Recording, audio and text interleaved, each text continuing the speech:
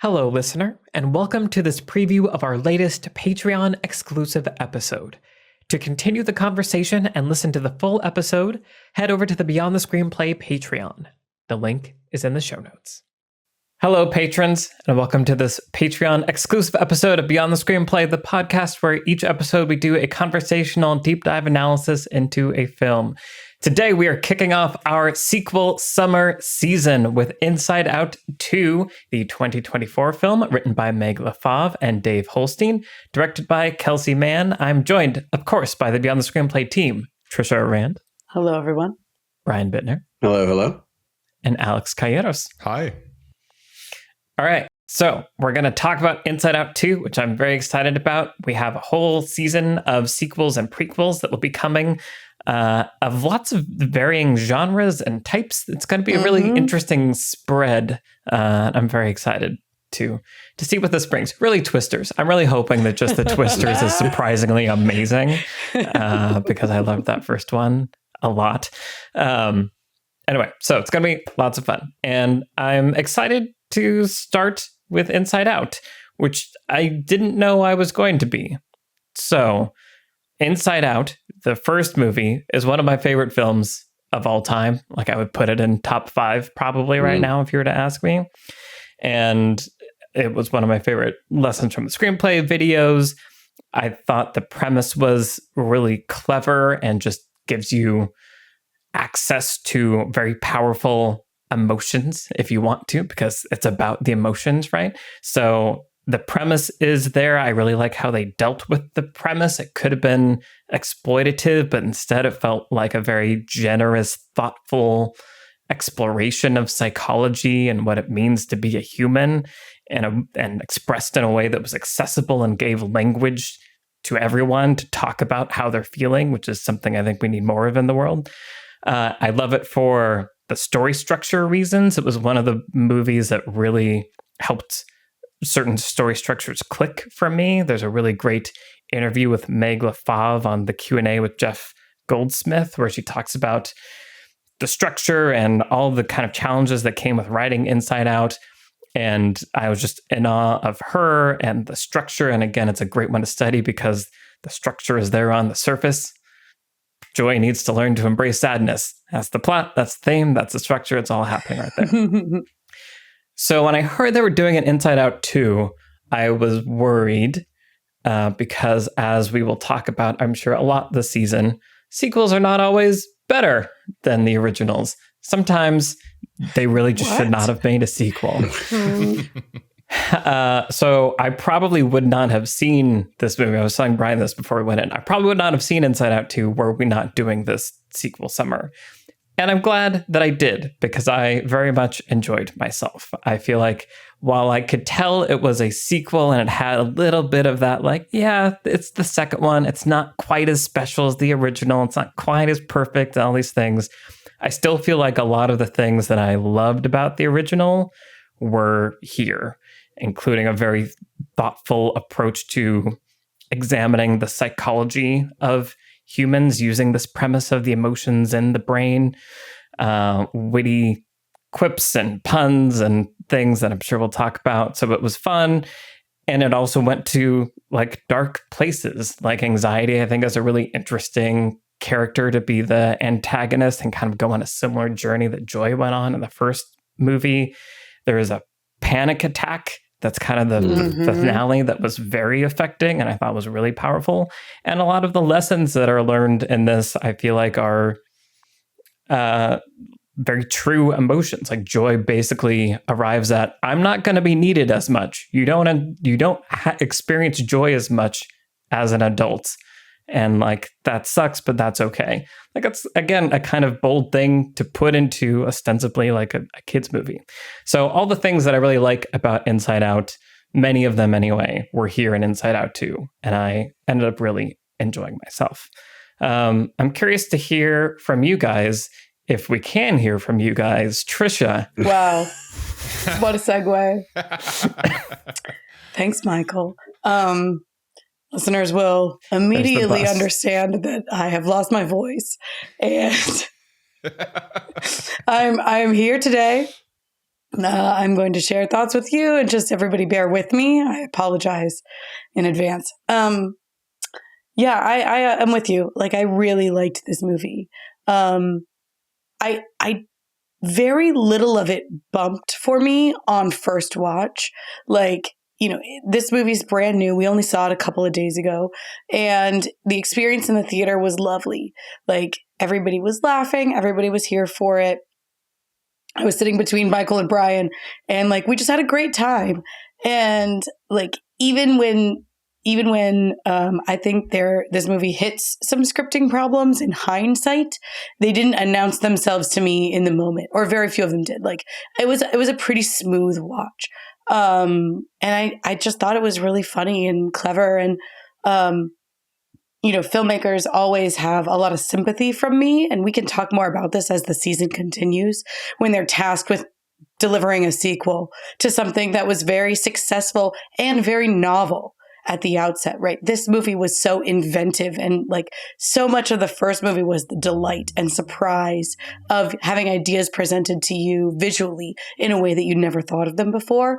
And this movie was like handed something that couldn't be as surprising and couldn't be as delightful the second time around, but still asked to give you some of the same experience.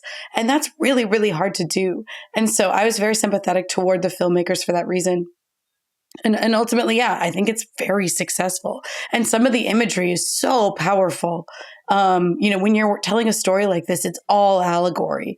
And so the way that you choose to symbolize and visualize these allegorical elements is crucial. And it has to be finessed and pitch perfect. And so, like, even when I think, you know, I don't know if having the whole second act of the movie be basically the same same second act of the first movie, where they get banished from headquarters, and we got a couple extra hangers on this time around, but it's kind of the same thing.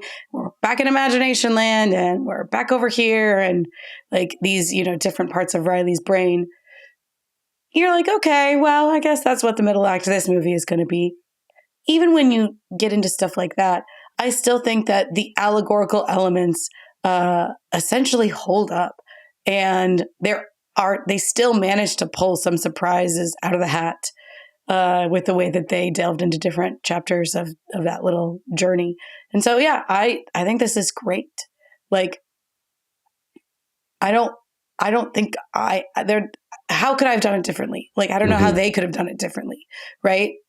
Under the circumstances, within 9 years that have elapsed, these 9 years, these particular 9 years that have elapsed, what do you do right now if you're trying to make Inside Out 2? And I think it's this.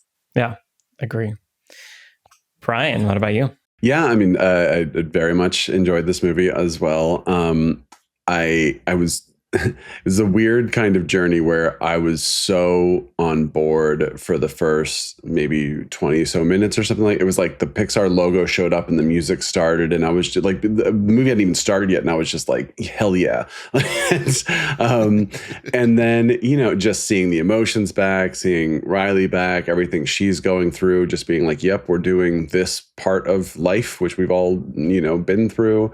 And then the puberty alarm and the new emotions, I was just like, yep, this is all, you know, 10 out of 10 for me. You know, I like that the new emotions were the more complex emotions, and the sort of specific, like, anxiety is more complex than fear, and embarrassment is more complex than sadness. You know, I thought that was all really smart. In general, this movie is really smart, and this movie is really funny, and this movie has a whole lot of heart, as you would expect from a Pixar movie, but also from an Inside Out sequel.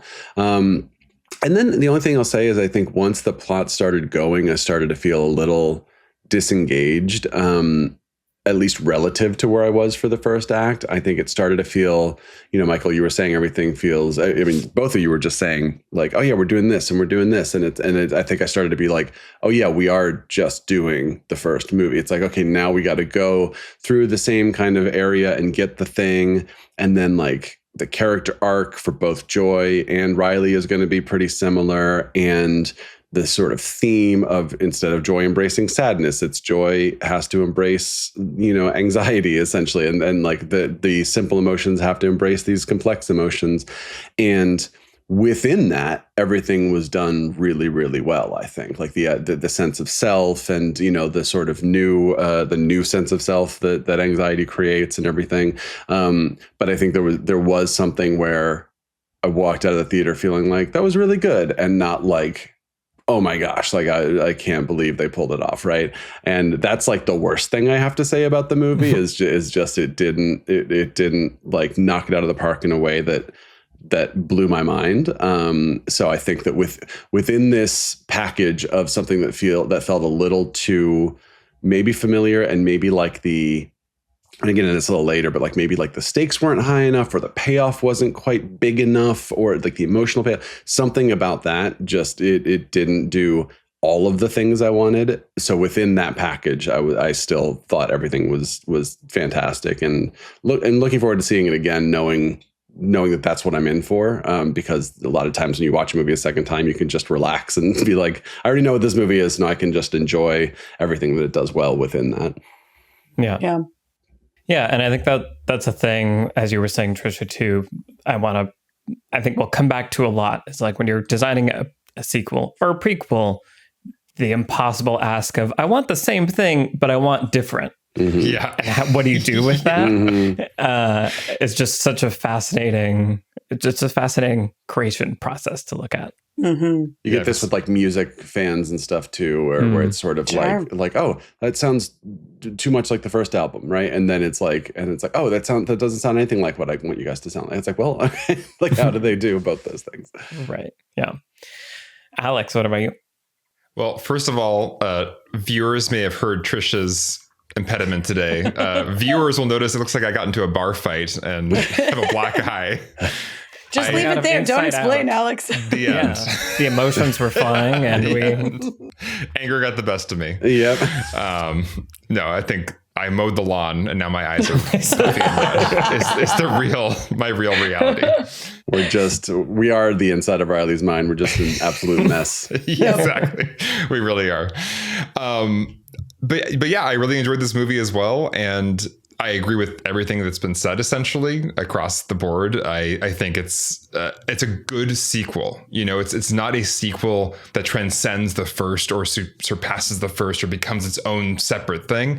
It's a really solid sequel, and I think it's a great way to kick off the sequel summer, because it almost feels like this is normal sequel territory of like how you do sequel good and don't F it up.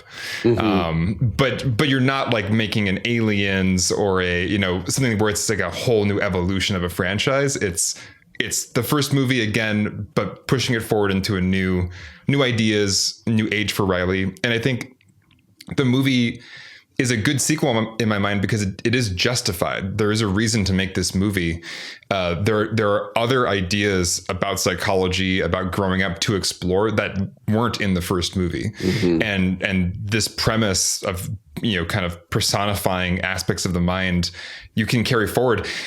I don't think you can go beyond this age, because then it gets into like adulthood, and you can't make really a kids movie about the adult mind. I would love to see a movie where like it keeps going.